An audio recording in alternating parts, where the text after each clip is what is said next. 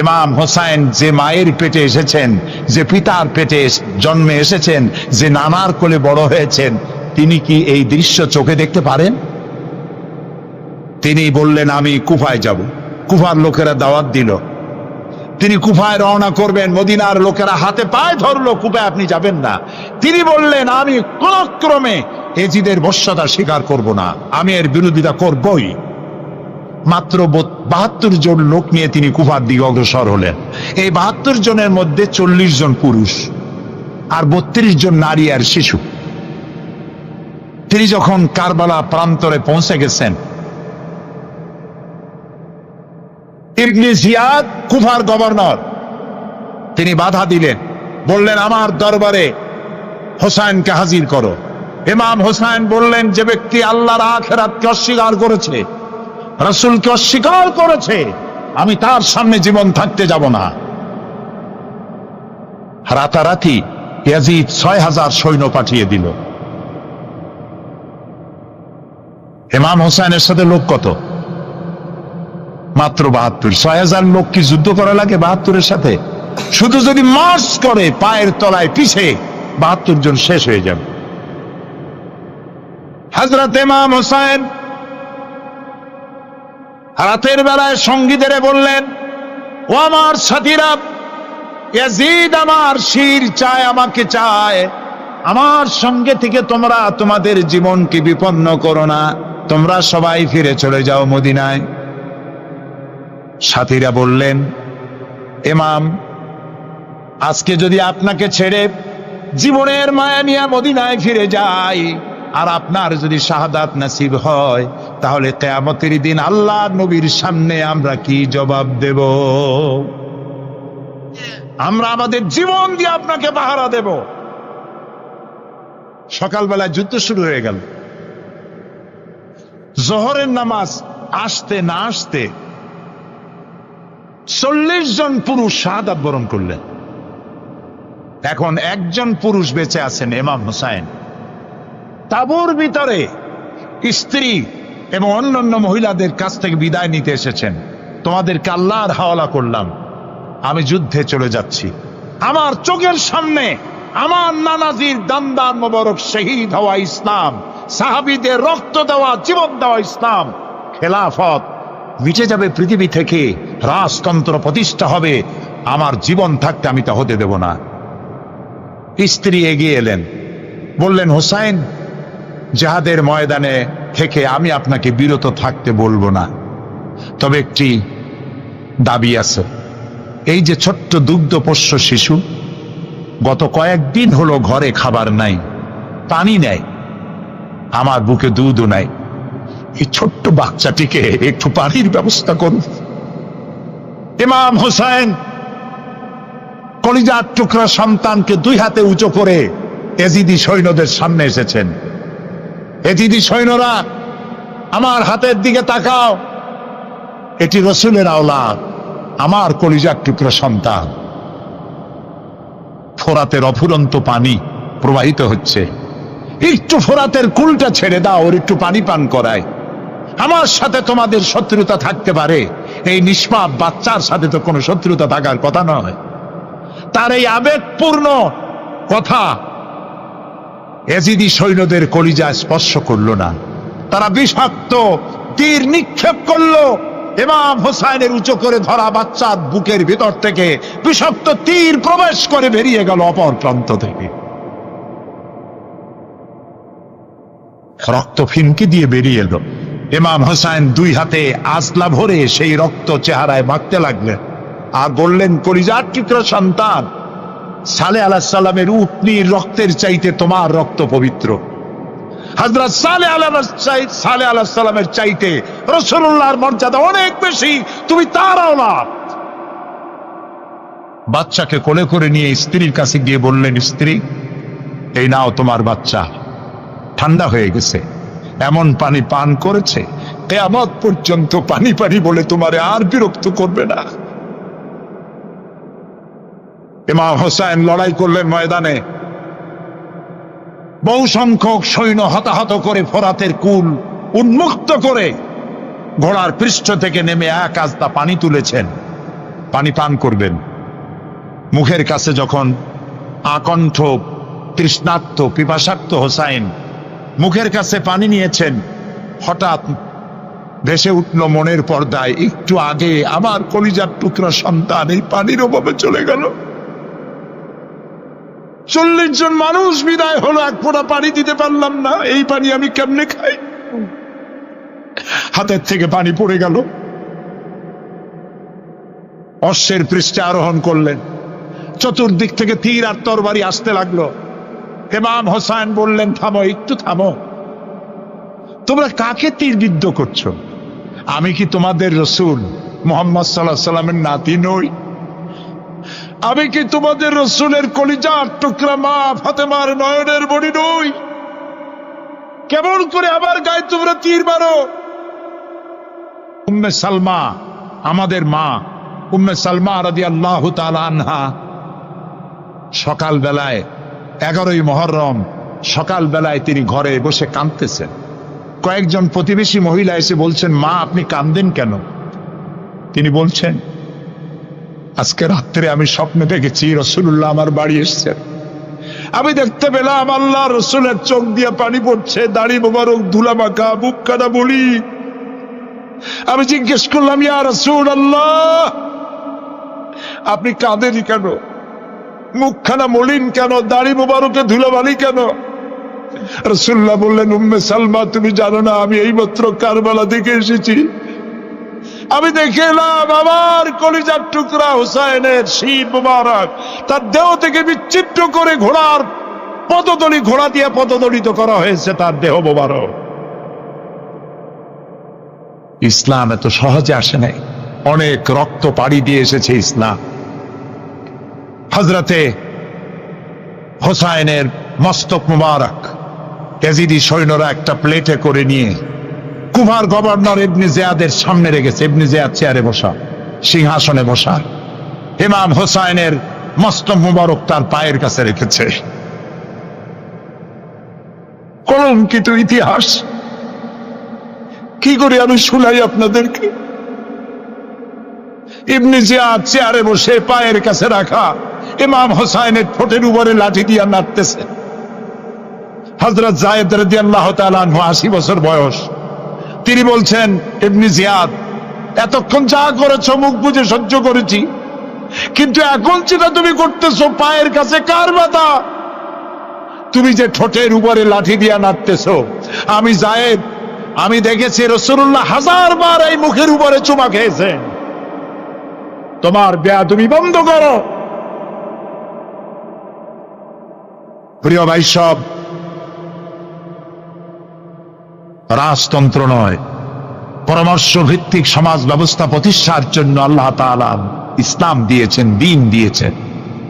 আমার ছোটবেলার কথা আমি দেখেছি সরসিরা মাদ্রাসায় পড়তাম।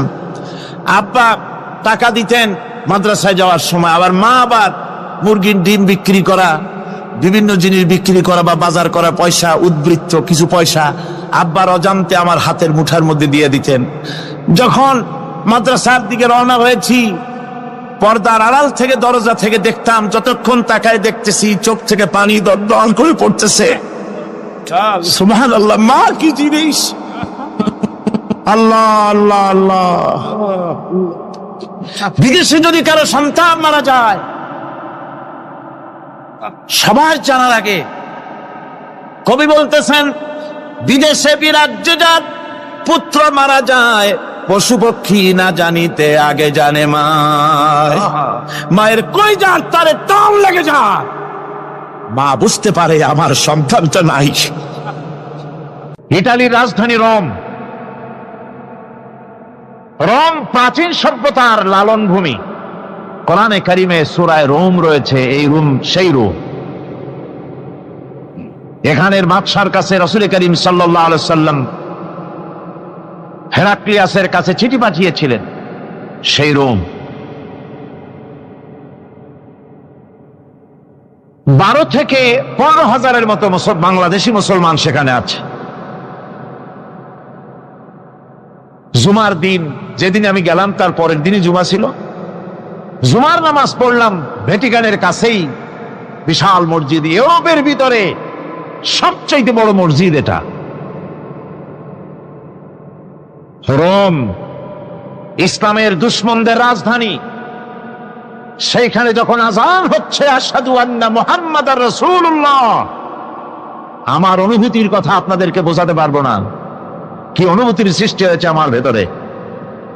ভ্যাটিকানের পোপ এক পাশে, কিছু দূরেই ভ্যাটিকান, ওটা হচ্ছে গোটা পৃথিবীর সমস্ত খ্রিস্টানদের কাবা, ভ্যাটিকান। তার পাশেই বিশাল মসজিদ, সেখানে নামাজ পড়লাম।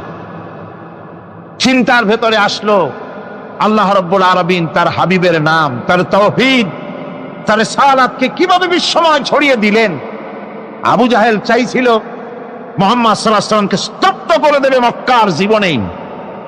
কত বদনাম, সাহের, কাহেন, কাযযাব, শায়ের, নাউযুবিল্লাহি মিন যালিক, কত গালাগালি করলো। আর আল্লাহ শোনালেন, হাবিব চিন্তার কোনো কারণ নাই, ওয়ারাফা'না লাকা যিকরাক, আমি আপনার প্রশংসা বিশ্বময় ছড়িয়ে দেব। সুবহানাল্লাহি ওয়া বিহামদি। রোম প্রোগ্রাম শেষ করে আমাকে তারা নিয়ে গেল, যেটা আমি বলছি সফর কাহিনী শোনাবার সময় এটা না, যেহেতু এর সঙ্গে প্রাসঙ্গিক সেই জন্য বলছি। পাহাড় কেমনে তুলার মতো হয়ে উঠবে তার নজির দেখেছি। রোম শহর থেকে 300 মাইল দূরে, 300 কিলোমিটার দূরে নেপোলিয়ান বোনাপার্ট তার বাড়ি, এবং ওটা তার নামে একটা প্রভিন্স। ভূমধ্য সাগরের পারে ভিসুভিয়াস, পৃথিবীর সবচাইতে বড় আগ্নেয়গিরি, সেটা দেখাতে নিয়ে যাওয়া হলো আমাকে। যে পাহাড়টা পৃথিবীর মাটি থেকে তার চূড়া হচ্ছে 3 মাইল উঁচু, এর 2 মাইল গাড়িতে করে ঘুরে ঘুরে যাওয়া যায়, এরপর আর গাড়িতে যাওয়া যায় না, বাকিটুকুন যেতে হবে হেঁটে হেঁটে। পাহাড়ের উপরে অক্সিজেন কম, বেশ কষ্ট হচ্ছিল উঠতে। জীবনে প্রথম পাহাড়ে চড়েছি জাবালে নূর, রাসূল করিম সাল্লাল্লাহু আলাইহি ওয়াসাল্লামের উপরে যেখানে ওহু হয়েছিল সর্বপ্রথম। পাহাড় চড়ার একটা অভিজ্ঞতা ওখান থেকে আমার কিছুটা হয়েছিল। খুব কষ্ট হলো বাকি 1 মাইল উঠতে। যখন ভিসুভিয়াসের একদম শীর্ষে চলে গেছি, সেখানে গিয়ে আমার সাথে 15-20 জন লোক ছিল। আমি নিজে আল্লাহু আকবার বলে আমার গলা থেকে আওয়াজ বেরিয়ে গেল। আমি দেখতে পেলাম ভিসুভিয়াসের শীর্ষে বিশাল গর্ত। আমার মনে হয় গর্তটা এই মাঠের 1/4 হবে, এই মাঠের 1/4 হবে গর্তটা। সেই গর্তটার গভীরতা হচ্ছে 1.5 কিলোমিটার। এইখান থেকে পাথরগুলি উত্থিত হয়েছে, আগ্নেয়গিরি পাথর আগুনে গলে লাভা হয়ে এগুলি পাহাড় বেয়ে উঠছে পড়েছে, চতুর্দিকে 12 মাইল ছড়িয়ে গিয়েছে। আমার মনে পড়ল ওয়াকুদুহান নাস ওয়াল হিজারা, জাহান্নামের আগুনের ইন্ধন হবে মানুষ আর পাথর। আমি সেখানে সেজদায় পড়ে গিয়া কান্নাম আর বললাম, আল্লাহ জাহান্নামের আগুন হারাম করে দিও আমাদের জন্য। পাথর কিভাবে গললো, গলে পাথরগুলি গলে পুড়ে চতুর্দিকে পড়েছে, আর ছিটকেছে, চতুর্দিকে ছিটকে পড়েছে। সেই পাথরগুলি ছিটকে ছিটকে যেগুলি পুড়ে পড়েছে, সেগুলিকে দূরে সাদা রঙের বলে মনে হয়, কোনোটা সাদা কোনোটা কালো, মনে হয় যেন তুলার মতো হয়ে পড়ে আছে চতুর্দিকে। 1944 সনে তৃতীয়বারের মতো ভিসুভিয়াস যে অগ্নিগিরি, যে অগ্নি উৎপাত করে, তাতে আশেপাশের 12 মাইল এলাকা এফেক্টেড হয়ে যায়। পাথরগুলি গলে এভাবে বিধ্বস্ত করে দিয়েছে। এখান থেকে এখানে জোহরের নামাজ, আসরের নামাজ আমরা পড়লাম, আল্লাহর কাছে খুব দোয়া করলাম। এখনো ধোঁয়া উঠতেছে, এখনো পাহাড়ের ফাটল দিয়ে ধোঁয়া উঠছে। একজন হাত দিয়ে আমাকে বলল যে খুব গরম লাগে ধোঁয়াগুলি। ওখানকার লোকেরা বলল যে ভেতরে এখনো আগুন আছে, তবে সুপ্ত, যে কোনো মুহূর্তে আবার তা জাগ্রত হতে পারে।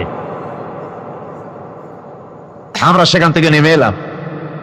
একটু কিছু দূর গিয়েই সেখানে হলো পম্পেই শহর। এই পম্পেই শহরটা হচ্ছে ঈসা আলাইহিস সালামের জন্মের 2000 বছর আগে এই শহর তৈরি হয়। ঈসা আলাইহিস সালামের জন্মের 179 বছর পর ভূমিকম্প হয়। সেই ভূমিকম্পে গোটা পম্পেই শহরটা পৃথিবীর মানুষের চোখের আড়াল হয়ে যায়, ধ্বংস হয়ে যায়, মাটির তলায় ভরাট হয়ে যায়। আজ থেকে 200 বছর আগে মাটি খনন করতে গিয়ে এই শহর আবিষ্কৃত হয়। পুরা শহরটা খুঁড়ে তারা বের করেছে। 180 হেক্টর জমিনের উপর এই বিশাল শহর। ঘুরে ঘুরে দেখলাম, গাড়ি চলে না সেখানে, পায়ে হেঁটে দেখতে হলো। প্রশস্ত রাস্তা। আজ থেকে 4000 বছর আগের মানুষেরা রাস্তা বানাতে জানতো পাথর দিয়ে, এবং রাস্তার দুধারে তাদের ছিল ফুটপাত, পানির ব্যবস্থা, নগরায়নের সব রকমের সুযোগ সুবিধা। তারপরে সেখানে বিচারালয়, এরপরে দোকানপাট, বাজার ঘাট, সবকিছুর ব্যবস্থা রয়েছে। বিশাল বিশাল পাথরগুলি দিয়ে পিলার তৈরি করা। ভাবলাম এই পিলারগুলি, এই পাথরগুলি তারা কিভাবে ক্রেন ছাড়া এত উপরে উঠালো কি করে, আমার মাথায় আসলো না। পাথর কেটে কেটে সুন্দর সুন্দর অঙ্কন শিল্প তারা করেছে।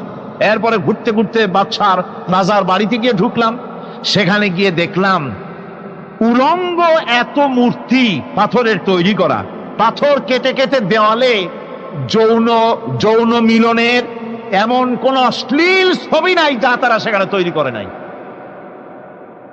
উলঙ্গ মূর্তি আর উলঙ্গ যৌন মিলনের অসংখ্য ছবি দিয়ে এই এলাকা ভরা। তখন আমি বুঝলাম আল্লাহর গজব হওয়ার কারণটা কি, এই শহরটা মাটির নিচে হরক হয়ে যাওয়ার কারণটা কি।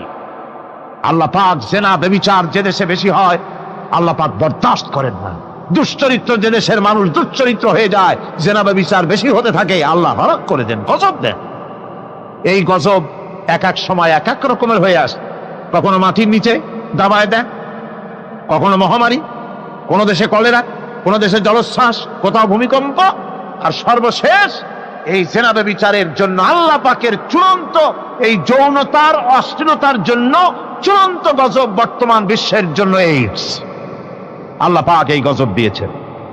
বন্ধুগণ, আমি সেই জায়গা, আমি সেখানে যা দেখলাম, যে আল্লাহ পাক পাহাড়গুলিকে কিভাবে উড়াবেন এটা অস্বীকার করার কোনো উপায় নাই।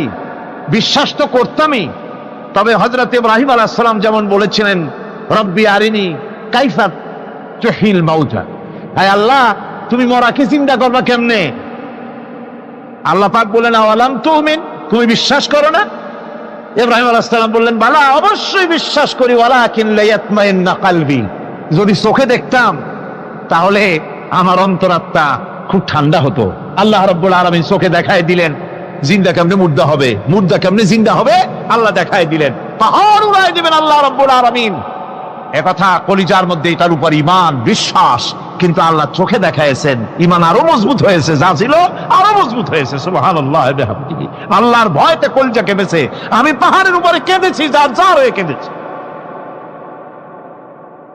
বন্ধুগণ, আল্লাহ সুবহানাহু ওয়া তাআলা এই জন্য বলেছেন, কুল সিরু ফিল আরদ, আমার জমিন ঘোরো, ভালো করে দেখো, কাইফা কানা আকিবাতুল মুকাজ্জিবিন, মহাসত্যকে যারা অস্বীকার করেছে তাদের পরিণতি আমি কি করে দিয়েছি, এগুলি চোখে ভালো করে তাকায় দেখো। আমার বন্ধুগণ, সুতরাং এই পৃথিবী অবসান হবে, এই পৃথিবী ধ্বংস হবে, এই পৃথিবী চূড়ান্ত ভাবে শেষ হয়ে যাবে। ও হ্যাঁ, আরেকটি কথা বলতে হয়, সেটা হচ্ছেই যে এই রোম থেকে আর একটু দূরে 900 মাইল দূরে হচ্ছে সিসিলি। 900 মাইল দূরে, সেখানে এই সিসিলি মুসলমানেরা শাসন করেছিল 350 বছর। সেই সিসিলিতে রয়েছে 360টা মসজিদ মুসলমানদের করা। সমস্ত মসজিদগুলি আজ তালা বন্ধ, একটা মসজিদও খোলা নাই। সেখানকার মুসলমানেরা ওয়াজ শুনতে এসেছিল রোমে। আমি তাদের জন্য পরামর্শ দিয়েছি যে গভর্নমেন্টের কাছে তোমরা দাবি জানাও যে অন্তত একটা মসজিদের দরজা আমাদের জন্য খুলে দাও।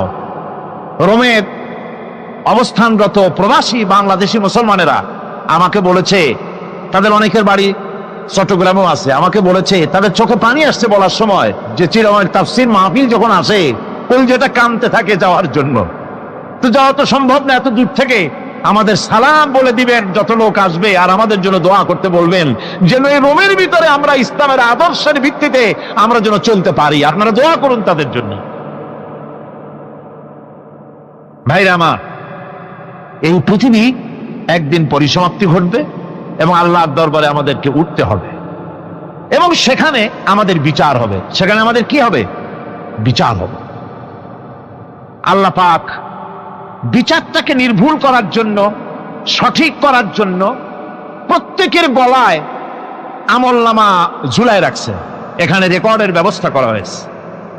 আল্লাহ পাক বলছেন, ওয়া কুল্লা ইনসানিন আলজামনাহু তাইরাহু ফি উনুকিহি ওয়া নুখরিজু লাহু ইয়াওমাল কিয়ামাতি কিতাবান ইয়ালকাহু মানশুরা। আল্লাহ পাক বলেন, প্রত্যেকের ভালো মন্দ কর্মফল, কর্মলিপি আমি তার গলায় ঝুলায় রেখেছি।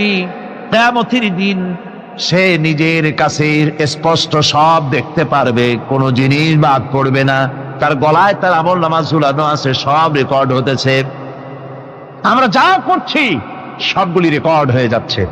বর্তমান বিজ্ঞানীরা আবিষ্কার করেছে যে মানুষের শরীরের ভিতরে ডিএনএ আছে, রক্তের ভিতরে ডিএনএ।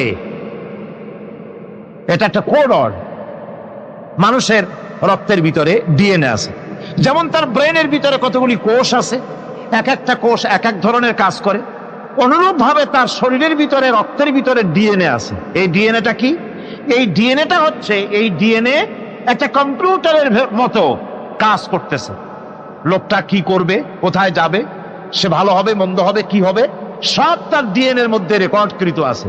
এটা বোঝার জন্য একটা সুন্দর দৃষ্টান্ত দেওয়া যায়। যেমন এই কাগজটাকে আপনারা মনে করুন একটা গাড়ির একটা ব্লুপ্রিন্ট, একটা গাড়ির ব্লুপ্রিন্ট। এখানে লেখা আছে গাড়ি কিভাবে তৈরি হবে। এই কাগজটা নিয়ে ঘরের মধ্যে রেখে দিলেন। এখন এই কাগজটা থেকেই অটোমেটিক গাড়ির উইন্ডো তৈরি হলো, শিল তৈরি হলো, গাড়ির বডি তৈরি হলো, চেসিস তৈরি হলো, টায়ার তৈরি হলো, ইঞ্জিন তৈরি হলো, ব্যাটারি তৈরি হলো, পেট্রোল নিল, আর কোন রকমের ড্রাইভার ছাড়াই গাড়ি চলতে আরম্ভ করলো। এই কথাটা যদি মনের মাথার মধ্যে আনতে পারেন যে এটা কিভাবে হইতে পারে, এতে লেখা অনুযায়ী যেভাবে হওয়া যদি সম্ভব হয়, অনুরূপ ভাবে মানুষের রক্তের ভিতরে ডিএনএ এর আবিষ্কার করেছে। এর ভিতরে মানুষের ভালো মন্দ, কোথায় যাবে কি করবে, সবকিছু এর মধ্যে রয়েছে। কোরআনে কারীমে আল্লাহ রাব্বুল আলামিন, আমি গত বছরও বলছিলাম যে বিজ্ঞানের আবিষ্কার যত বাড়বে কোরআন বোঝা মানুষের জন্য তত সহজ হবে। সুবহানাল্লাহ। কোরআন বোঝা মানুষের জন্য তত সহজ হবে। সুতরাং মানুষের গলার সাথে আল্লাহ পাক বলছেন যে একটা আমলনামা আমি ঝুলাই দিয়েছি তার গলার সাথে। সে যা করতেছে ওখানে সব লিপিবদ্ধ হচ্ছে, কম্পিউটারাইজড, কম্পিউটারের মতো এগুলি সব গ্রহণ করতেছে। এগুলি কিয়ামতের দিন তার সামনে হাজির করা হবে। কিয়ামতে যখন আমলনামা তার সামনে দিয়ে বলা হবে, ইকরা কিতাবাকা কাফা বিনাফসিকাল ইয়াওমা আলাইকা হাসিবা, তাকে বলা হবে নিজের কর্মলিপি নিজেই পড়ো, আজ তুমি তোমার নিজের হিসাব নিতে যথেষ্ট। বন্ধুগণ, এই মাহফিলে যত লোক আমরা বসে আছি, আমরা আমাদের হিসাব নিতে যথেষ্ট না আরেকজন লাগবে? কোন আমরা যথেষ্ট কিনা? কথা বোঝেন নাই। আমি বলতে চেয়েছি এটা, আমরা যদি এখন চোখ বুঝে চিন্তা করি যে পিছনের জীবনে কি করেছি, মনে পড়বে নাকি পড়বে না? বলেন সবাই, পড়বে কি পড়বে না? ছোটবেলায় কবে পায়ের নিচে কাঁটা ফুটেছিল, কবে কোথায় আছাড় খেয়েছিলেন, কবে কার বেল, তাল, আম, কাঁচা আম চুরি করে খেতে গিয়ে কি খেয়েছিলেন, তারা খেয়েছিলেন, তাকে এখন মনে নাই? আছে। তাহলে কি ওই তাল বেল চুরি করতে গিয়ে যে কিলটা খাইছিলেন সেটাও মনে আছে, ভালো মন্দ সব মনে আছে। তাহলে কোন হোটেলের রুমে কি করছিলেন, কোন স্কুলে কোন কলেজে কি করছিলেন, তারপরে জীবনে ছোট বড় ঘটনাগুলি চোখ বুঝতে মনে পড়বে না? এবার হিসাব করেন, মনে যদি পড়ে এবার হিসাব করেন আপনি জান্নাতি না জাহান্নামে। আপনি আপনার নিজের হিসাব নেওয়ার জন্য যথেষ্ট। তাকে হিসাব করতে বলা হবে, তোমার হিসাব, তোমার নিজের হিসাব নেওয়ার জন্য তুমি যথেষ্ট, তোমার হিসাব তুমি নিজেই করো, এটা পড়ো। আর সেই কিয়ামতের দিন কোন সাহায্যকারী মিলবে না।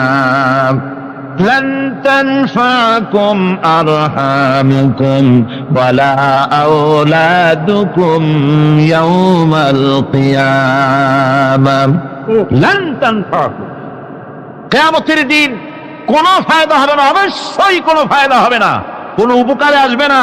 কিয়ামতের দিন তোমার সন্তান, তোমার স্ত্রী, তোমার মাল, তোমার সম্পদ কোন উপকারে আসবে না। কিয়ামতের ময়দানে সেদিন সব তোমার সাথে বিচ্ছয় করবে, সব পালায় যাবে। সেখানে উৎকোষেরও কোনো কারবার নাই যে ঘুষ টুস দিয়া, ফেরেশতাদের কোন রকম বুঝবাজ দিয়া, আলাদা কোনো চোরাগলি পথ দিয়া একেবারে ফুট করে ভেস্টে চলে যাবেন, এমন কোনো সুযোগ নাই। অনেকে বলে হুজুর এমন কিছু দোয়া শিখায় দেন যাতে ওই সব জেহাদ বোমা এগুলি খুব ভয় পাই, ওসব রাস্তা টাস্তা না, খুব সহজে কিছু দোয়া দুরূদ করিয়া আস্তে করে জান্নাতে চলে যাওয়া যায়, এরকম একটা দোয়া, এরকম একটা পথ বলে দেন। আমি বলি ভাই, এরকমের কোন চোরাগলি আমার রাসূল আবিষ্কার করতে পারেন নাই। আল্লাহর পয়গম্বরের ওই ধরনের কোন পথ আবিষ্কার করতে পারেন নাই। সেখানে কিয়ামতের দিন কাউকে উৎকোষ গ্রহণ করার কেউ নাই, উৎকোষ দেওয়া যাবে না। আর উৎকোষ দিবি নেবা কি, আপনার কাছে কিছু নাইও, থাকলেও নেওয়ার কেউ নাই। এই দুনিয়ায় ফাঁকিবাজি করে বহুত কিছু করা যায়, কিন্তু কিয়ামতের মাঠে এগুলি কিছুই চলবে না। اليوم لا ينفع مال ولا بنون কিয়ামতের দিন ধন, সন্তান, সন্ততি আর সম্পদ কোনো কাজে লাগবে না। সেদিন শুধু আমল যদি ভালো হয় কাজে লাগবে, আমল খারাপ হবে সব শেষ হয়ে যাবে।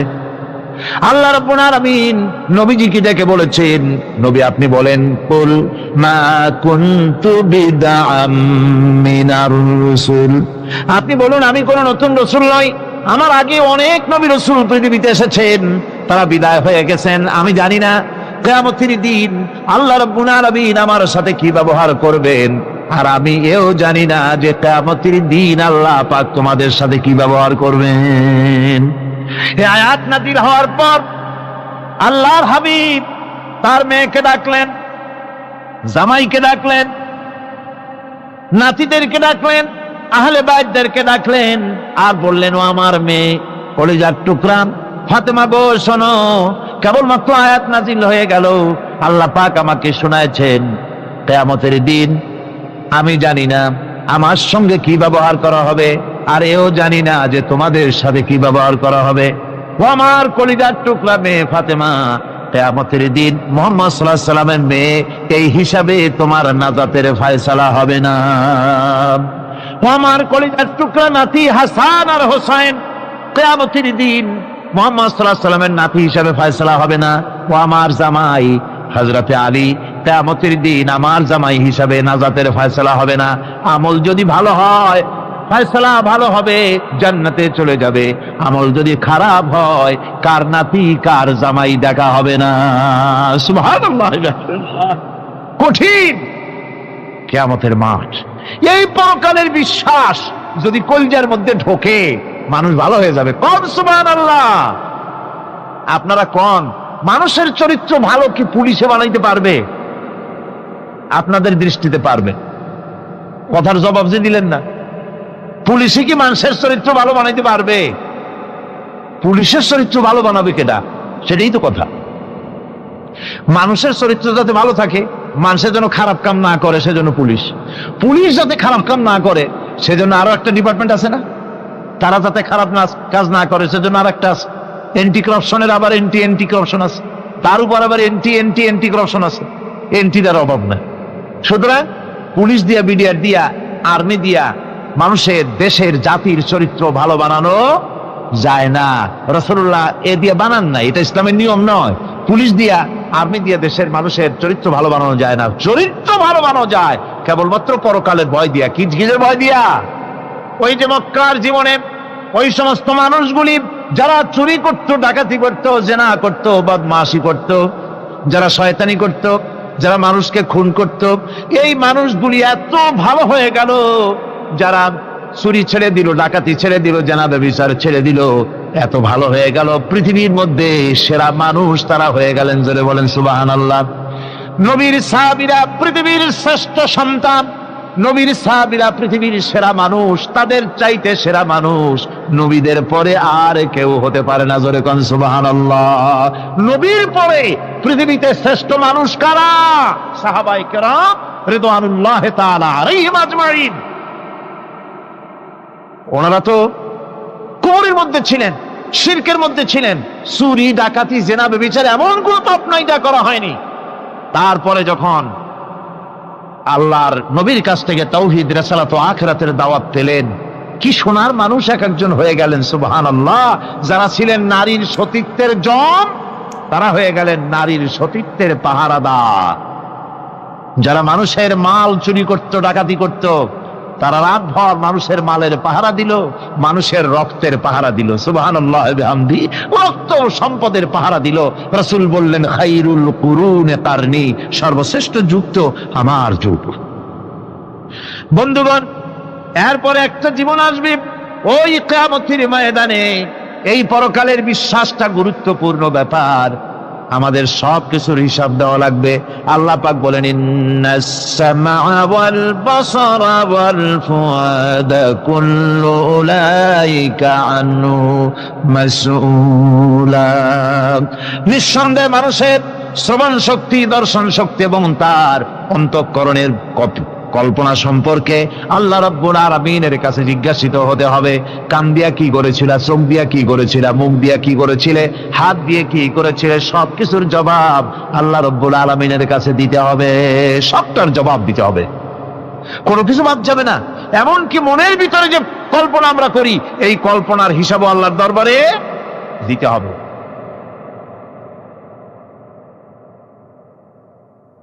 হযরতে জাফর চলে গেলেন নিজের বাড়িতে। স্ত্রীকে ডেকে বললেন, স্ত্রী, রাসূলুল্লাহ আমাকে নির্দেশ করেছেন মুতার প্রান্তরে যুদ্ধে যাওয়ার জন্য। আমি চলে যাব, তোমার কাছে বলতে এলাম। রাসূলুল্লাহ নির্দেশ না করলে বলতেও আসতাম না। আমি যদি শহীদ হয়ে যাই, আমি যদি আর না ফিরি, আমার সন্তানগুলিকে আমার রাস্তায়ও, এই রাস্তায়, দ্বীনের রাস্তায় তাদেরকে তৈরি করবে। স্ত্রী বলছেন, হে আমার স্বামী, রাসূলুল্লাহ নির্দেশ করেছেন জিহাদের ময়দানে যাওয়ার জন্য। আমি আপনাকে বাধা দেওয়ার হিম্মত রাখি না, তবে আমি আল্লাহর কাছে হাত তুলে বলি। তিনি দোয়া করতে লাগলেন, রব্বুল আলামিন, আমার স্বামী রাসূলুল্লাহর নির্দেশে জিহাদের ময়দানে যেতেছেন, তুমি মেহেরবানি করে আমার স্বামীকে জিহাদের গাজী বানায়া আমার কাছে ফিরাইয়া দিও। হযরতে জাফর তরবারিটা খাপের মধ্য থেকে বের করে তরবারির উল্টা দিক দিয়া স্ত্রীর মুনাজাত করা অবস্থায় তার হাতের উপরে মৃদু আঘাত করলেন আর বললেন, স্ত্রী হাত নামাও, উল্টা দোয়া করো না। রাসূলুল্লাহ আমার নাম দ্বিতীয় নাম্বারে বলেছেন, আমার আগেও একজন আছে, পরেও একজন আছে। মুতার প্রান্তরে আমি যে শহীদ হব তাতে কোনো সন্দেহ নাই। উল্টা দোয়া করো না, বরং আমার শাহাদাত মঞ্জুরের জন্য দোয়া করো, আর এই আমার সন্তানগুলিকে দ্বীনের রাস্তায় পরিচালিত করো। আর আমি তোমার কোনো হক আদায় করতে পারি নাই, আমারে মাফ করে দিও। হযরতে জাফর সালাম দিয়া চললেন। পিছনে স্ত্রী কাঁটা কবুতরের মতো ছটফট করছে, আর ছোট ছোট বাচ্চারা পিছনে দৌড়াচ্ছে, আব্বা আব্বা বলে কাঁদতেছে। হযরতে জাফর পিছনের দিকে একবার ফিরে তাকায়, দেখলেন না কে কান্দে, কে দৌড়ায়। যুবক আব্দুল্লাহ বিন রাওয়াহা, তিনি নতুন বিবাহ করেছেন। আজকের রাত তার বাসর সজ্জার রাত। রাসূলুল্লাহ হুকুম করেছেন জিহাদে যেতে হবে। তিনি চলে গেলেন নিজের বাড়িতে। বাড়ি গিয়ে শুনতে পান রাতের বেলায় স্ত্রী তেলাওয়াত করতেছেন কোরআনে কারীম। হযরতে জাফর হযরতে আব্দুল্লাহ বলছেন, স্ত্রী একটু কোরআন পড়া বন্ধ করো, আমার কথা শোনো। আল্লাহর নবী আমাকে জিহাদের জন্য যাওয়ার জন্য আমাকে নির্দেশ করেছেন, আমি জিহাদে চলে যাচ্ছি। তোমার সঙ্গে বিবাহ হয়েছিল, আমি তোমার কোনো হক আদায় করতে পারি নাই, এজন্য আমারে তুমি মাফ করে দিও। স্ত্রী বলল, প্রাণের স্বামী, আমি শুনেছি এই মদিনায় আপনি সুপুরুষ, এক সুদর্শন যুবক, প্রাণ ভরে একবার দেখতেও পারি নাই। আপনি একবার আমার রুমের ভিতরে আসেন, আপনার চেহারাটা আমি একটু দেখে নেই।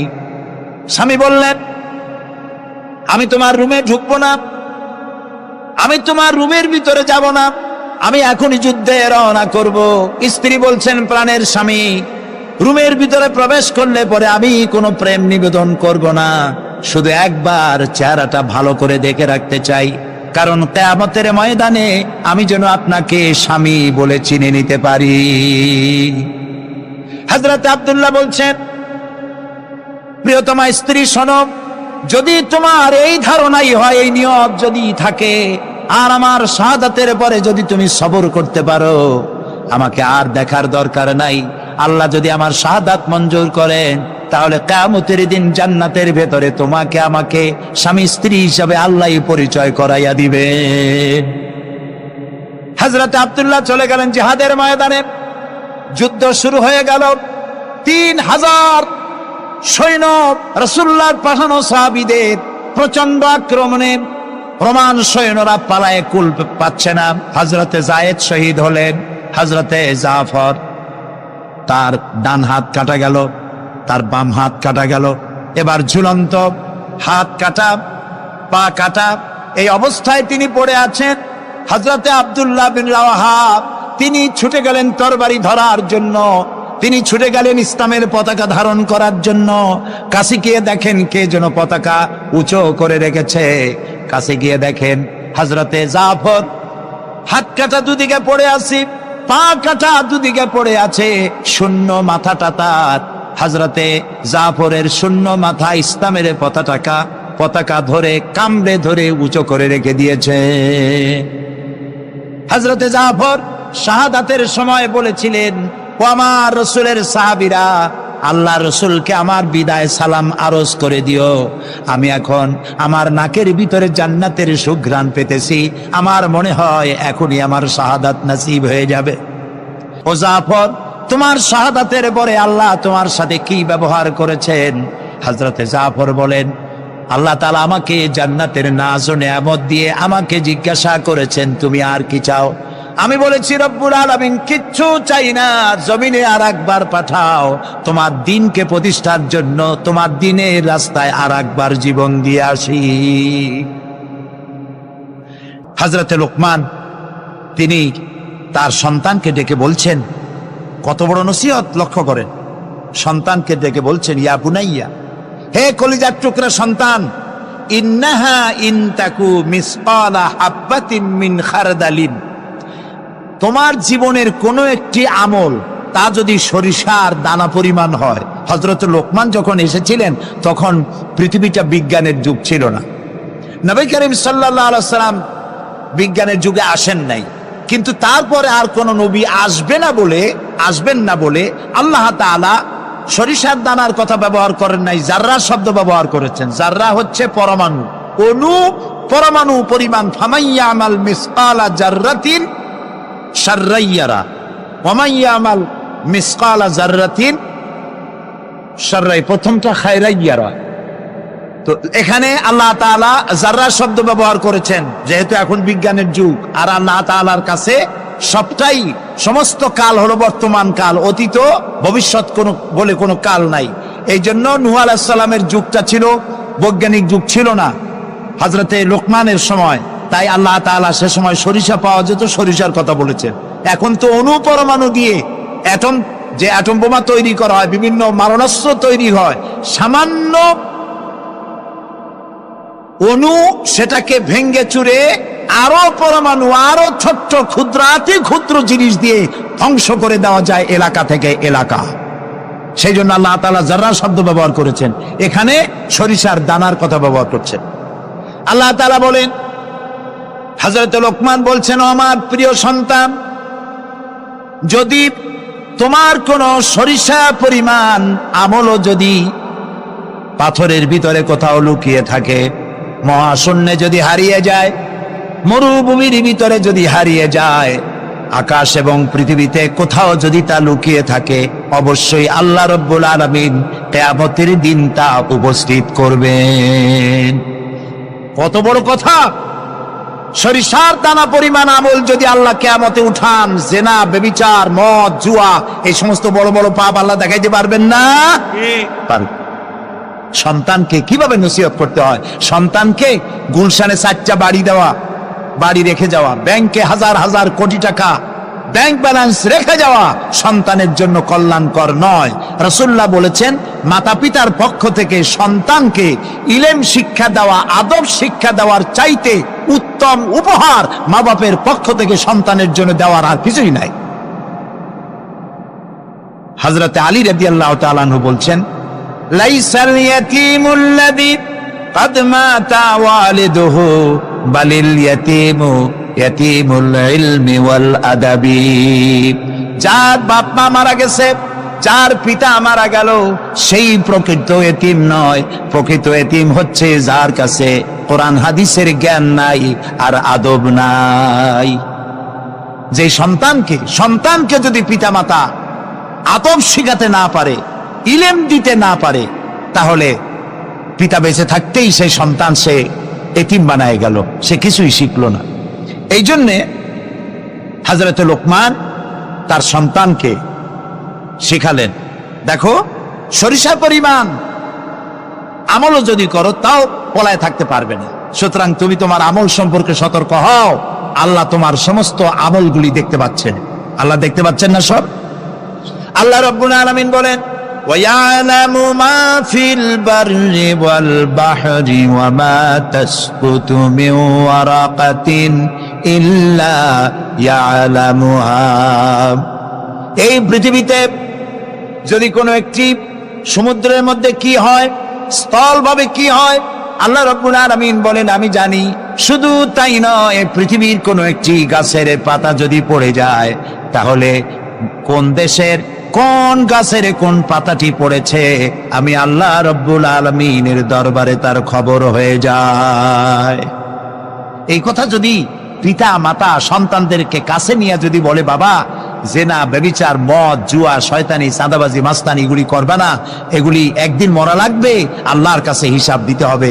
মা বাবা যদি বলতো এরকম, সন্তানগুলি ভালো হইতো। ঠিক কিনা কোন? জোরে বলেন ঠিক কিনা? প্রিয় ভাই সব, কোরআনে কারীমের অসংখ্য আয়াতের মধ্য থেকে একটি আয়াত যদি আমরা মনে প্রাণে বিশ্বাস করতে পারতাম, আমল করতে পারতাম, আমাদের চরিত্র ভালো হয়ে যেত। আল্লাহ রাব্বুল আলামিন বলেন, মা ইয়াকুনু মিন নাজওয়া সালাসাতিন ইল্লা হুয়া রাবিউহুম ওয়ালা খামসাতিন ইল্লা হুয়া সাদিসুহুম। আল্লাহ তাআলা বলেন, শোনো, যেখানে তোমরা 3 জনে মিলে পরামর্শ করো, 3 জনে মিলে যেখানে পরামর্শ করো, মনে করো ওখানে তোমরা 3 জন নও, চতুর্থ আর এক সত্তা সেখানে আছে, নাম কি তার? বলেন, ওয়ালা খামসাতিন ইল্লা হুয়া সাদিসুহুম। যেখানে 5 জন তোমরা পরামর্শ করো, সেখানে ষষ্ঠ আর এক সত্তা আছে, তার নাম কি? আল্লাহ। ওয়ালা আদনা মিন যালিকা ওয়ালা আকসারা ইল্লা হুয়া মাহুম আইনামা কানু। এর থেকে সংখ্যা যদি কম হও, এর থেকে সংখ্যা যদি বেশি হও, তুমি যেখানে আমি আল্লাহ সেখানে। সুবহানাল্লাহ। প্রিয় ভাই সব, এই যত বোমাবাজি হয়, গ্রেনেড বাজি হয়, কোনো না কোনো জায়গায় পরামর্শ হয় না? হয় না? পরামর্শ হয়। শেখ বেলাল উদ্দিন খুলনার দৈনিক সংগ্রামের প্রতিনিধি ছিলেন। আজকের পত্রিকায় দেখতে পেলাম তাকে হত্যা করার জন্য পরামর্শ হয়েছিল এবং সেখানে খুনিকে 1.5 লক্ষ টাকা পুরস্কার দিয়ে 20,000 টাকা অগ্রিম করা হয়েছিল। এরকম একজন ভালো সাংবাদিককে হত্যা করার জন্য পরামর্শ করা হলো।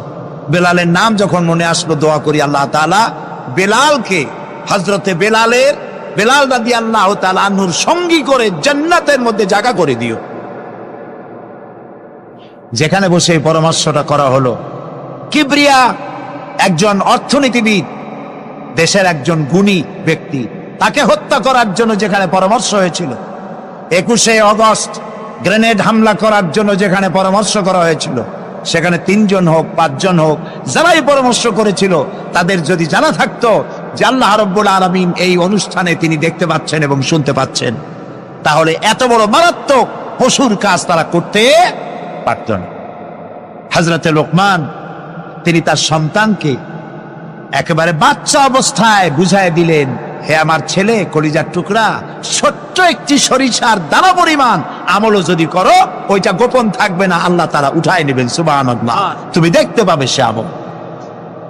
প্রিয় উপস্থিতি, যুবকদের বলি, তরুণদের বলি, তরুণী আজকে আমাদের টার্গেট। তরুণরা আসো ইসলামের দিকে। তোমাদেরকে যারা লাঠিয়াল বাহিনী হিসাবে ব্যবহার করে, এদের মুখে থুতু নিক্ষেপ করে বেরিয়ে আসো, রাসূলের কাতারে শামিল হয়ে যাও। যে পথে যাচ্ছ জাহান্নামের পথ, আমরা ডাকি তোমাদেরকে জান্নাতের দিকে। সুবহানাল্লাহ। প্রিয় ভাই সব, আমি আপনাদের খেদমতে আরজ করব, হযরতে লোকমানের এই তৃতীয় নসিহতের শেষ অংশটি করেই আমরা আপনাদের সামনে যে কথা বলতে চাই তা হলো, হযরতে লোকমান বলছেন, ওয়া'মুর বিল মারুফি ওয়ানহা আনিল মুনকার, ভালো কাজের আদেশ দাও, অন্যায় কাজ থেকে মানুষকে বিরত রাখো। সুবহানাল্লাহ বলেন, সবাই বলেন সুবহানাল্লাহ। ভালো কাজের আদেশ দাও। ভালো কাজের আদেশ দেওয়া। আজকে হলো মুহররম মাস, আজকে কি আর মাত্র একদিন পরে আশুরা হবে। হযরত ইমাম হোসাইন এবং তার সাথী সঙ্গী শাহাদায়ে কারবালার জন্য আমরা দোয়া করব। আমরা আমাদের মা বাবার জন্য দোয়া করব। এটা দোয়া কবুলের আজকের শুক্রবার ছিল। সুবহানাল্লাহ। প্রিয় ভাই সব, এত বড় বিশাল মাহফিল, জীবনে আরেকটা পাবো কোন নিশ্চয়তা আছে কি?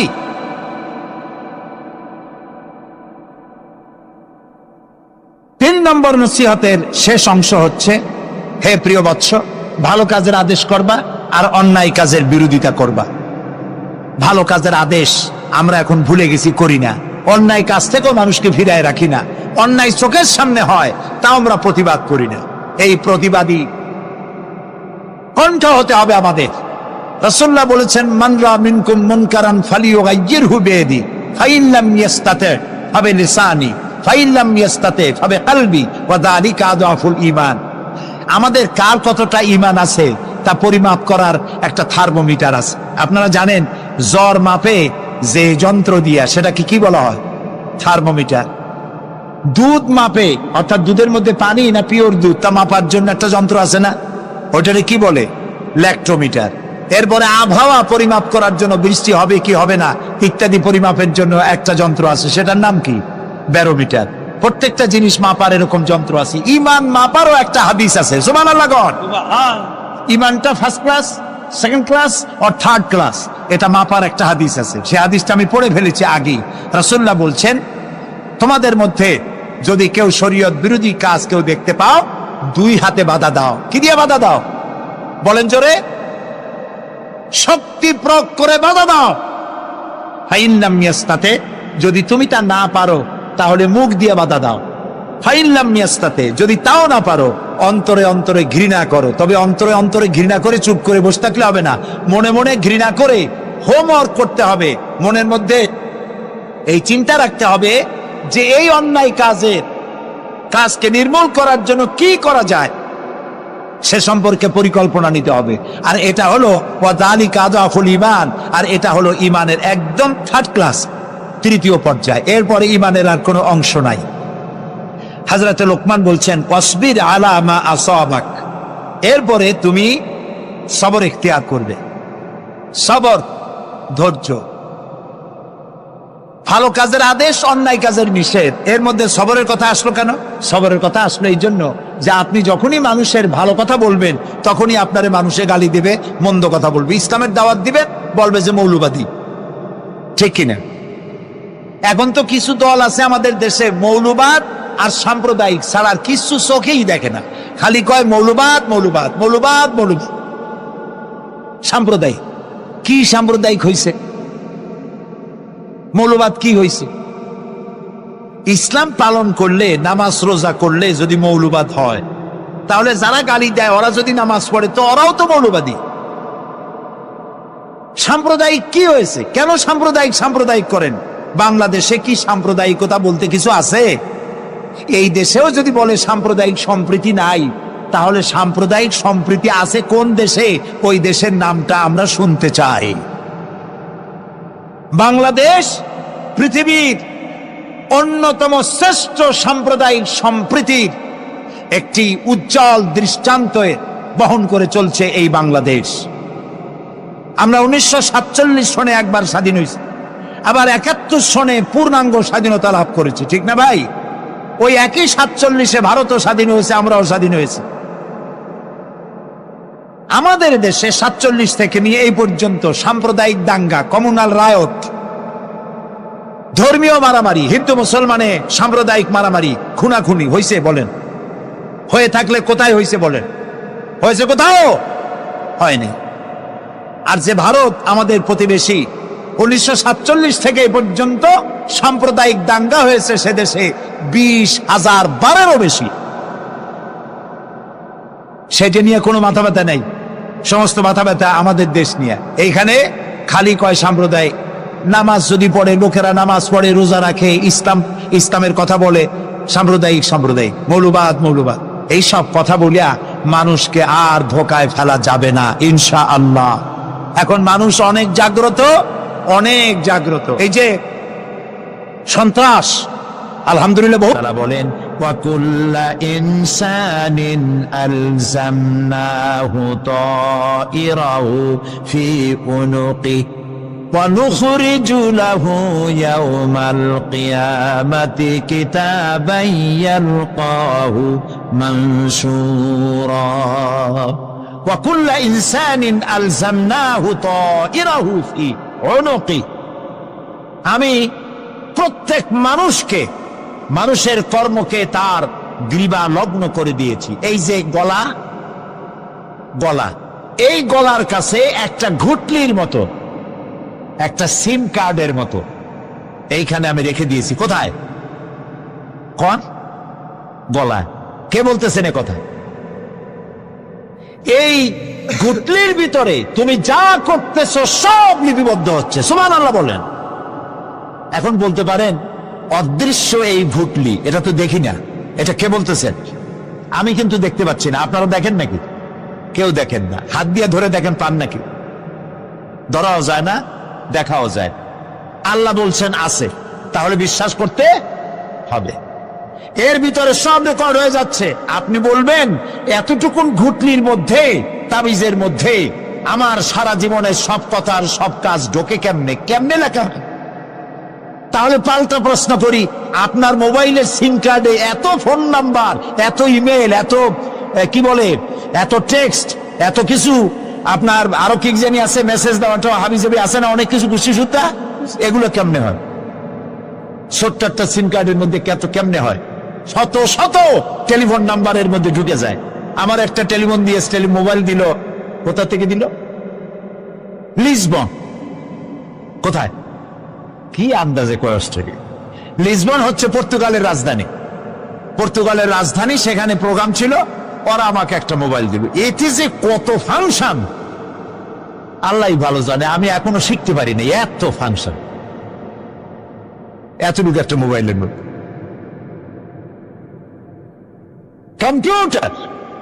কম্পিউটারের ছোট্ট একটা মাইক্রোচিপ যন্ত্র, যে কম্পিউটার ব্যবহার করা এখন বাচ্চা ছেলেবেলারাও জানে।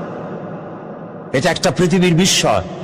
এই কম্পিউটার, আপনি যান ব্যাংকে, কম্পিউটারের ছোট্ট সেই মাইক্রোচিপসের মধ্যে সারা চট্টগ্রামের সমস্ত মানুষের টাকা লেনদেন, ট্রানজেকশন, এর যা কিছু আপনি করেছেন সব কিছুর হিসাব এখানে রয়েছে, আছে না?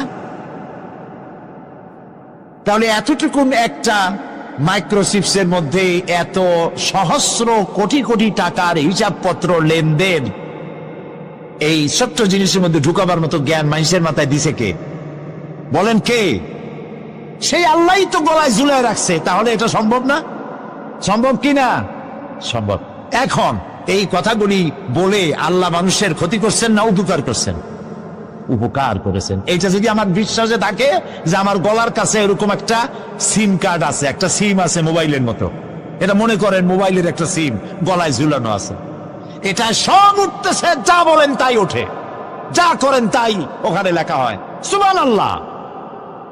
এই বিশ্বাস যদি আমার হয়, আমি ভালো মানুষ হয়ে যেতে পারবো। সুবহানাল্লাহ বলো। আমি খারাপ কাজ করতেই পারবো না। এই জন্য আল্লাহ পরকালের এই কথাগুলি কোরআনে কারিমের মধ্যে এত বেশি করে বলেছেন। মানুষের চরিত্রবান হওয়ার জন্য আল্লাহর ভয়, পরকালে বিশ্বাস, এর থেকে বড় ওষুধ পৃথিবীতে আর নাই। সব লেখা হচ্ছে, মানুষ বিশ্বাস করে না, এ হলো মূল কথা। যতক্ষণ মাহফিলে থাকে কেমন লাগে? এই যে বসে আছেন ঘন্টার পর ঘন্টা, কেমন লাগে? কন বেহেশতের মতো। বাড়ির কথা মনে আছে এখন? বউর কথা মনে ওঠে? ছেলে মেয়ের কথা মনে ওঠে? সুবহানাল্লাহ কইতে ইচ্ছা করে না? মাজালিসুল ইলম হিয়া রাউদাতুম মিন রিয়াদিল জান্নাহ। এখানে ইলম আলোচনা করা হচ্ছে, কোরআন আলোচনা করা হচ্ছে। এটা তো রজবালি প্যারেড ময়দান নয়, এটা জান্নাতের টুকরা হয়ে গিয়েছে। বেহেশতের বাগানে বসে আছেন। বেহেশতে মানুষেরা দুনিয়ার কথা চিন্তা করবে না। দুনিয়া কি? এটা তো পায়খানা। এখানে আসছিল ওই পায়খানা করার জন্য, এটা পায়খানা। আর মানুষেরা পায়খানা সাজাবার কাজে ব্যস্ত আছে, আসল ঘর ভুলে গেছে। আসল ঘর কোনটা? প্রিয় ভাই, সব মানুষ বোঝে না, ভুলে যায়। সিগারেটের প্রত্যেকটা প্যাকেটে লেখা থাকে ইহা স্বাস্থ্যের জন্য ক্ষতিকর, তারপরেও কি টানা টানে দেখছেন? বিশ্বাস করেন, গাছ হয়ে গেছে। এই আমলনামা তৈরি হচ্ছে, হঠাৎ করে কিয়ামতে বানায় দেওয়া হবে না। আপনার আমার বডির সাথে লাগানো ওই সিম কার্ডে সব লেখা হয়ে যাচ্ছে। কিয়ামতের দিন এগুলি হাতে দেওয়া হবে, আর আল্লাহ তাআলা বলবেন, ইকরা কিতাবাকা কাফা বিনাফসিকাল ইয়াউমা আলাইকা হাসিবা। ইকরা কিতাবাক, তাকে বলা হবে এবার তুমি পড়ো। কাফা বিনাফসিকাল ইয়াউমা আলাইকা হাসিবা, তোমার এই কিতাব পড়ো, আর তোমার এই হিসাব গ্রহণ করার জন্য কিতাবটা ভালো করে পড়ো। তোমার নিজের হিসাব নেওয়ার জন্য তুমি নিজেই যথেষ্ট। তুমি দোজখে যাবা না বেহেশতে যাবা, তুমি নিজেই সিদ্ধান্ত নাও কোথায় যাবো। তোমার নিজের কি করছিলা এখন তুমি দেখো। এই জন্য আমি বলি মাঝে মধ্যে, আমরা এখন হিসাব করতে পারি এখানে বসিয়া আমাদের কি হওয়া উচিত। ছোটবেলার কথা মনে আছে? নাই? মনে নাই? এই যে স্কুল থেকে পলাইছিলেন, তারপরে 2 দিন পর স্কুলে গিয়ে হাজির হয়েছেন। মাস্টার জিজ্ঞেস করলো গতকাল আসো নাই কেন? তখন বললেন মা বলেছেন আমার নাকি পেটে ব্যথা হয়েছিল। এইসব স্কুল ফাঁকি দেওয়া, মার খাওয়া, মানুষের বাড়ির লিচু খাইতে গিয়ে চুরি করিয়া কিল খাওয়া, এইসব ছোট ছোট কথা মনে পড়লে এখনো হাসি পায়। এসব কথা মনে আছে না? ছোট ছোট কথা, ছোট ছোট কথাগুলি যদি মনে থাকে, তাহলে কোন হোটেলে, কোন বাগানে, কোথায়, কোন পাপ করেছেন তা মনে নাই। এখন নিজে হিসাব করেন জায়গা কোথায় হওয়া উচিত। পাপ করেছেন কত, ভালো কাজ করেছেন কত, নিজে হিসাব করে দেখেন কোন দিকে যাবেন। আমরা নিজেরাই যথেষ্ট হিসাবের জন্য। আল্লাহ তাই বলবেন কিয়ামতের দিন, ইকরা কিতাবা, তোমার কিতাব তুমি পড়ো, তোমার হিসাব নেওয়ার জন্য তুমিই যথেষ্ট। আহারে, আল্লাহ রাব্বুল আলামিন বলেন, ওয়া আশরাকাতিল আরদু বিনূরি রাব্বিহা ওয়া বুদিআল কিতাবু ওয়া জিআআ বিন নাবিয়্যিনা ওয়াশ শুহাদাআ বাইনাহুম বিল হক ওয়া হুম লা ইউযলামুন। পৃথিবী তার রবের নূরের ঝলকানিতে উদ্ভাসিত হবে। সুবহানাল্লাহ, সুবহানাল্লাহ।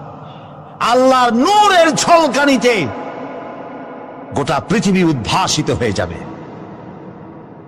আমলনামা তুলে ধরা হবে, পয়গম্বর এবং সাক্ষীগণকে হাজির করা হবে, এবং সকলের প্রতি সুবিচার করা হবে, তাদের কারো প্রতি জুলুম করা হবে না। আল্লাহ গ্যারান্টি দিচ্ছেন কারো প্রতি জুলুম করা হবে না। সুতরাং হে মানুষেরা, ইয়া আইয়ুহাল ইনসানু ইন্নাকা কাদিহুন ইলা রাব্বিকা কাদহান ফামুলাকি। হে মানুষ, তোমার পালনকর্তা পর্যন্ত পৌঁছতে তোমাকে অনেক কষ্ট করতে হবে। এরপর তুমি তার সাক্ষাৎ পাবে, কিয়ামতে তোমার সাক্ষাৎ হবে। কাজেই তোমার নিজের আমলকে সুন্দর করে আমলকে তৈরি করে নাও। فَأَمَّا مَنْ أُوتِيَ كِتَابَهُ بِيَمِينِهِ فَسَوْفَ يُحَاسَبُ حِسَابًا يَسِيرًا وَيَنْقَلِبُ إِلَى أَهْلِهِ مسرورا। সুবহানাল্লাহ। যার ডান হাতে আমলনামা দেওয়া হবে, কিয়ামতের দিন আমলনামাগুলি উড়িয়ে দেওয়া হবে। ইমানদারের সামনের থেকে কোন হাতে, আর বেঈমানের পিছন থেকে বামে। এই আমলনামা যখন যার ডান হাতে আমলনামা পৌঁছে যাবে, তার হিসাব নিকাশ সহজ হয়ে যাবে। আমলনামা হাতে করে আনন্দ চিত্তে সে আপন পরিবারের সঙ্গে মিলিত হতে পারবে। সুবহানাল্লাহ। আল্লাহ কিয়ামতের দিন দয়া করে আমাদের আমলনামা আমাদের ডান হাতে দিয়ে দিও। আল্লাহ তাআলা দয়া করে আমাদের হাতে, আমাদের ডান হাতে আমাদের আমলনামা দিও। দয়া করে আমাদের আমলনামা আমাদের ডান হাতে দিও। আনন্দ চিত্তে পরিবারের সঙ্গে দেখা করে সব পরিবার, মা বাপ, স্ত্রী পুত্র পরিজন, ভাই বোন, বন্ধু বান্ধব নিয়া জান্নাতে থাকার তৌফিক দিও। আয় আল্লাহ, বিগত 26 বছর যারাই মাহফিলে এসেছেন তাদেরকে নিয়ে এক জান্নাতে থাকার আমাদেরকে তৌফিক দিয়ে দিও। وَأَمَّا مَنْ أُوتِيَ كِتَابَهُ وَرَاءَ ظَهْرِهِ فَسَوْفَ يَدْعُو ثُبُورًا وَيَصْلَى سَعِيرًا। আর যার আমলনামা পিছন থেকে বাম হাতে আসবে, সে তো মৃত্যুকে আহ্বান করতে থাকবে, মৃত্যুকে ডাকবে। এর থেকে যদি মরে যেতে পারতাম তাও ভালো হইতো। তার আর উপায় থাকবে না, তার জায়গা হবে জাহান্নামে। নাউযুবিল্লাহ। আমরা সবাই বলি নাউযুবিল্লাহ। এরপরে আল্লাহ রাব্বুল আলামিন মিজান খাড়া করবেন, দাড়িপাল্লা। মিজান কি? দাড়িপাল্লা। ইনসাফ কি মুকদ্দাস তারাজু। ইনসাফের প্রতীক কি তাও কইতে পারেন না, জোরে বল না। এটা হচ্ছে ইনসাফের প্রতীক। সুপ্রিম কোর্ট ঢাকা, সুপ্রিম কোর্টের সামনে বিশাল দাড়িপাল্লা টানানো, দেখছেন না? মানুষেরা তো বোঝে না, গ্রাম দিয়ে লোকেরা যায়, যাই এটা দেখে কয় যে ওরে বাবা, জামাত ইসলামীর এত বড় অফিস। দাড়িপাল্লা তো জামাত ইসলামীর না, এটা ইনসাফের প্রতীক। তারা ক্ষমতায় গেলে ইনসাফ করবে, এটা বোঝাবার জন্য এই প্রতীককে গ্রহণ করেছে। আল্লাহ যেন ইনসাফ করার তৌফিক দিয়ে দেয়। বলেন আমিন, জোরে বলেন আমিন। কিয়ামতের দিন এই দাড়িপাল্লা মিজান আল্লাহ তাআলা প্রতিষ্ঠিত করবেন, এবং এই মিজানে যার পুণ্য পাল্লা ভারী হবে সে কৃতকার্য, আর যার পাল্লা হালকা হবে সব শেষ। আল্লাহ রাব্বুল আলামিন বলেন, وَنَضَعُ الْمَوَازِينَ الْقِسْطَ لِيَوْمِ الْقِيَامَةِ فَلَا تُظْلَمُ نَفْسٌ شَيْئًا وَإِنْ كَانَ مِثْقَالَ حَبَّةٍ مِّنْ خَرْدَلٍ أَتَيْنَا بِهَا وَكَفَى بِنَا حَاسِبِينَ। আমি কিয়ামতের দিন ন্যায় বিচারের মানদণ্ড স্থাপন করব। তখন কারো প্রতি অবিচার করা হবে না। যদি কোনো আমল সরিষার দানা পরিমাণ হয়, আমি তা হাজির করব। সুবহানাল্লাহ, সুবহানাল্লাহ। এবং হিসাব গ্রহণের জন্য আমি যথেষ্ট। এবং হিসাব মানুষেরা মনে করবে, এত মানুষ আদম আলাইহিস সালাম থেকে নিয়ে পর্যন্ত, এখান থেকে নিয়ে কিয়ামত পর্যন্ত সব মানুষেরই তো উঠবে সে মনে হিসাব হবে নাকি? একজন একজন করে হিসাব হবে। আল্লাহ বলছেন, আল্লাহ সারিউল হিসাব, দ্রুত হিসাব নিতে সক্ষম। আল্লাহ নিজের কানে নিজে শুনবেন, অন্যের মাধ্যমে নয়, নিজে শুনবেন প্রত্যেক আর আসামির কাছ থেকে, লোকদের কাছ থেকে তার বক্তব্য শুনবেন, ভায়া মিডিয়া শুনবেন না, নিজেই শুনবেন।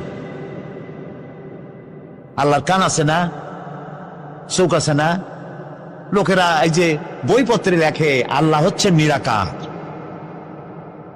কত বড় বাজে কথা। আল্লাহ নিরাকার, আমরা এমন এক আল্লাহর ইবাদত করি, তিনি আমাদের কিছু শুনতে পান না, কান টান নাই, তিনি আমাদের কিছু দেখতে পান না। এরকম নাকি আল্লাহ তাআলা? আল্লাহ তাআলা কোরআন শরীফে বলেছেন আল্লাহর হাত, আল্লাহর পা, আল্লাহর চোখ, আল্লাহর মুখ। তবে এগুলি কি রকম? আল্লাহর হাত, পা, চোখ কেমন, আকারটা কেমন? এর একটাই জবাব। কয়টা জবাব? জোরে বলেন। একটাই জবাব, আল্লাহর যেমন হওয়া উচিত তেমন। সুবহানাল্লাহ বলে, সুবহানাল্লাহ বলে, এর থেকে আর কোনো জবাব নাই। এই একটাই জবাব, আল্লাহর যেমন হওয়া উচিত ঠিক তেমন। লাইসা কামিসলিহি শাইউন, আল্লাহর অনুরূপ, আল্লাহর মতো আকাশেও কিছু নাই, জমিনেও কিছু নাই। এটা আমাদের ঈমান, এটা আমাদের কি ঈমান। সুতরাং তিনি জুলুম করবেন না এবং হিসাব নিবেন, আর যথার্থ হিসাব নিবেন, সেখানে কারো প্রতি কোনো জুলুম করা হবে না। ومن خفت موازينه فأولئك الذين خسروا أنفسهم بما كانوا بآياتنا يظلمون। আর যাদের পাল্লা হালকা হবে তারা তো শুধু নিজেদেরই ক্ষতি সাধন করবে, কেননা তারা আমার আয়াত সমূহকে অস্বীকার করত। আল্লাহর যারা অস্বীকার করত, আখেরাত নাই, কিয়ামত নাই, বেহেশত নাই, কবরের মধ্যে কোনো শাস্তি নাই, কবরের কোনো প্রশ্ন নাই, এগুলি যারা বলতো তারা কিয়ামতে ক্ষতিগ্রস্ত হবে। এজন্য আপনি যতই পাপ করেন না কেন, যতই অন্যায় করেন না কেন, আল্লাহ বলেন লা তাইআসু মির রাহিল্লাহ, নেভার গিভ আপ। কখনো হতাশ হয়ো না, কখনো আমার রহমত থেকে নিরাশ হয়ো না। তিনি দয়ার সাগর, তিনি মায়ার সাগর। আপনি কত পাপ করেছেন, কত অন্যায় করেছেন, কত মিথ্যা বলেছেন, কত নামাজ কাজা করেছেন, আপনার পাপ, আপনার অন্যায়, আপনার অপরাধ যদি হয় খালের পানির সমান, বিলের পানির সমান, জেনে রাখবেন আল্লাহর দয়া হচ্ছে সাগরের পানির সমান। আমাদের পাপ, আমাদের অন্যায় যদি হয় পাহাড়ের সমান, আল্লাহর দয়া হচ্ছে আকাশের সমান। লা তাকনাতু মির রাহমাতিল্লাহ, আল্লাহ বললেন কখনো আমার রহমত থেকে নিরাশ হয়ো না। এজন্য বিপদে আপদে সব সময় আমরা প্রশংসা করব একজনের, চিল্লায় বলতে হবে তিনি কে? তিনি হচ্ছেন আল্লাহ। তিনি চাইলেই, আল্লাহর ভালোবাসার কোনো শেষ নাই, তার দয়ার কোনো শেষ নাই। এজন্য আমরা চাইব শুধুমাত্র একজনের কাছে, তিনি কে? আপনি বিপদে পড়েছেন, আপনার বিপদ থেকে রক্ষা করতে পারে কে? আপনি অসুস্থ, আপনাকে সুস্থ করে দিতে পারে কে? আপনি বিয়ে করেছেন, 10 বছরের দাম্পত্য জীবন, আপনার সন্তান হয়নি, এখন সন্তানটা দিতে পারে কে? নাকি মাজারে গেলে সন্তান পাওয়া যায়? অনেকে মাজারে যে মানত করে সন্তান পাওয়ার আশায়, এরকম লোক আমাদের আশেপাশে আছে না নাই? একটু আকল খাটান আর বুঝবার চেষ্টা করেন। মাজারে গেলে যদি সন্তান হতো, তাহলে গরুর যে বাচ্চা হয়, ছাগলের যে বাচ্চা হয়, ছাগল কোন মাজারে যায়? গরুর যে বাচ্চা হইলো, গরু কোন মাজারে যে বাচ্চা পেল? কথা বুঝতে পেরেছেন?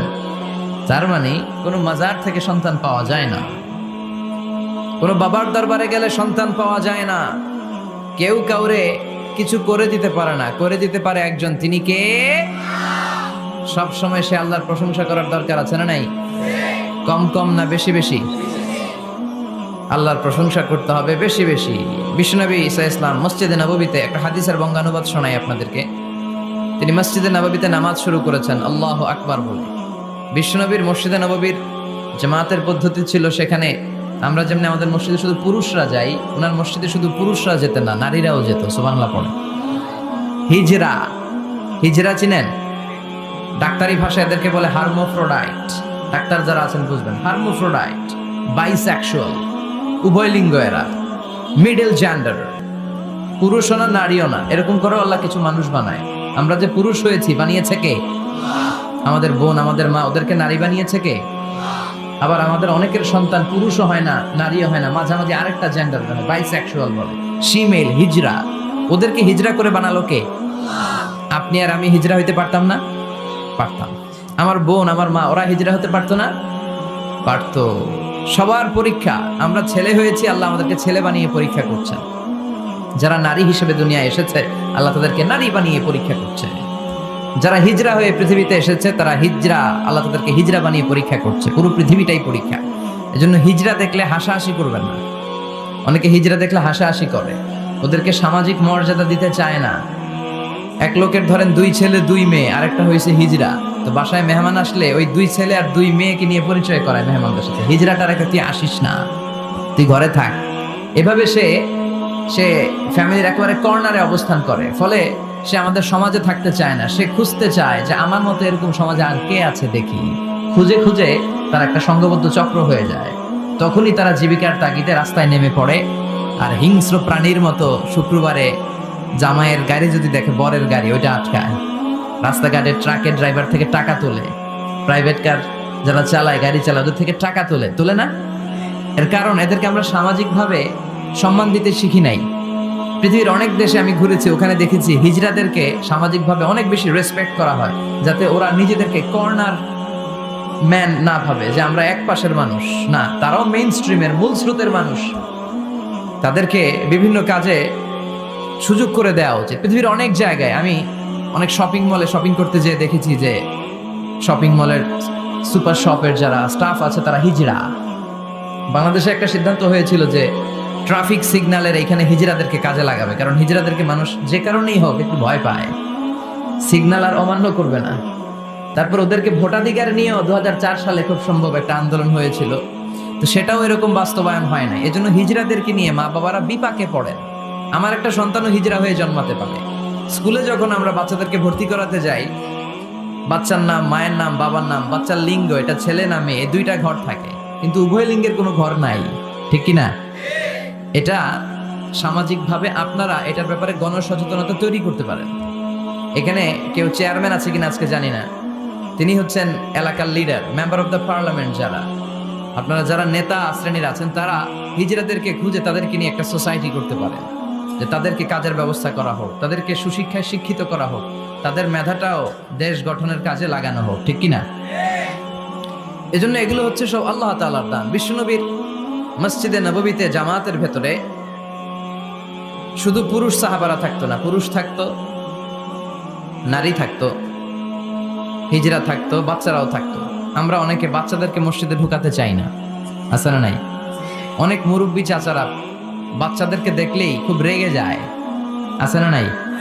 আপনারা এখানে মুরব্বীরা যারা আছেন, আপনারা হয়তো রাগেন না, অন্যান্য এলাকায় দেখেছি আমি যে খুব রেগে যায়, বলে যে এটারে আনছে কে? তুরস্কের বিভিন্ন মসজিদের ওয়ালে ওয়ালে লাগানো যে জামাত চলাকালীন অবস্থায় যদি পেছনে বাচ্চাদের চিল্লা চিল্লি কিচির মিচির আওয়াজ শুনতে পাওয়া না যায়, তাহলে পরবর্তী প্রজন্ম নিয়ে আপনারা ভয়ের ভেতরে থাকেন। তার মানে নেক্সট জেনারেশন তো মুসল্লি হচ্ছে না। আমরা নামাজ পড়বো, বাচ্চারা পিছনে চিল্লাফাল্লা করবে, ঠিক কিনা? এরকম পরিবেশ আমরা মসজিদে চাই কি চাই না? বাচ্চাদের কাজই তো চিল্লাফাল্লা করা, লাফালাফি করা, নাচবে, গাবে, লাফাবে, একজন আরেকজনকে কামড় দিবে, গ্লাস ভাঙবে, কাপড় ছিঁড়বে। এটা কি বাচ্চারা করবে না মুরব্বীরা করবে? মুরব্বী লাফালাফি করলে মানাবে? কথা বলেন তো। বাচ্চাদের কাজ বাচ্চাদেরকে করতে দেন, আর সাথে করে মসজিদে নিয়ে যাবেন। বাবারা মসজিদে নিয়ে যাবেন, ওকে বুঝাবেন যে এটা আমাদের ইবাদত গাহ, এখানে বসে আমরা আমাদের স্রষ্টাকে ডাকি, এখানে দুষ্টুমি করা যাবে না। তো বিশ্বনবীর মসজিদে নববীতে জামাতের প্রথম কাতারে দাঁড়াতো, প্রথম দিকের কাতারগুলোতে দাঁড়াতো পুরুষেরা, তারপর একটা সার্টিন গ্যাপ রেখে দাঁড়াতো নারীরা, তারপরে দাঁড়াতো ছোট ছোট বাচ্চারা। তো বিশ্বনবী সবাইকে নিয়ে দাঁড়িয়ে নামাজ শুরু করেছেন, আল্লাহু আকবার। রুকুতে গিয়েছেন, রুকু থেকে উঠে পড়েছেন সামি আল্লাহু লিমান হামিদা। পেছন থেকে সাহাবারা ফিসফিস আওয়াজে পড়েছে রব্বানা ওয়ালাকাল হামদ। একজন সাহাবা অতিরিক্ত আরো 4টা তাসবিহ বাড়িয়ে পড়েছে, হামদান কাসীরান তাইয়িবান মুবারাকান ফি। সালাত শেষে বিশ্বনবী সাহাবাকে বললেন, সাহাবীদের দিকে লক্ষ্য করে বললেন যে তোমরা সবাই পড়েছো রব্বানা ওয়ালাকাল হামদ, কে যেন বাড়িয়ে পড়েছো হামদান কাসীরান তাইয়িবান মুবারাকান ফি। এই 4টা তাসবিহ কে পড়েছো? এটা তো আমি শিখাই নাই, তুমি পেলে কই? কেউ দাঁড়ায় না, ভয়ে। বিশ্বনবী অভয় দিলেন, ভয় পেও না, দাঁড়াও। একজন দাঁড়িয়ে বলল, ইয়া রাসূলুল্লাহ, আমি আল্লাহর তাসবিহ কম কম পড়লে আমার পোষায় না, আমার পড়তে মনে চাই বেশি বেশি।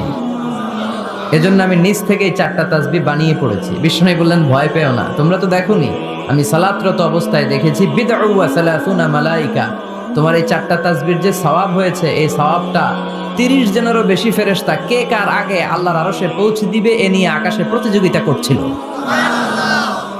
এজন্য আল্লাহর প্রশংসা কি কম কম না বেশি বেশি? সব সময় আল্লাহর প্রশংসা করতে রাজি আছেন? সব জায়গায় প্রশংসা করতে রাজি আছেন? আসুন সে আল্লাহর জন্য আমরা আওয়াজ করে পড়ি আলহামদুলিল্লাহ। করেন রব্বানা লাকাল হামদ হামদান কাসীরান তাইয়িবান মুবারাকান ফীহি ইয়া রাব্বি লাকাল হামদু কামা ইয়ানবাগি লিজালালি ওয়াজহিকা ওয়া আযীমি সুলতানিকা লাকাল হামদু বিল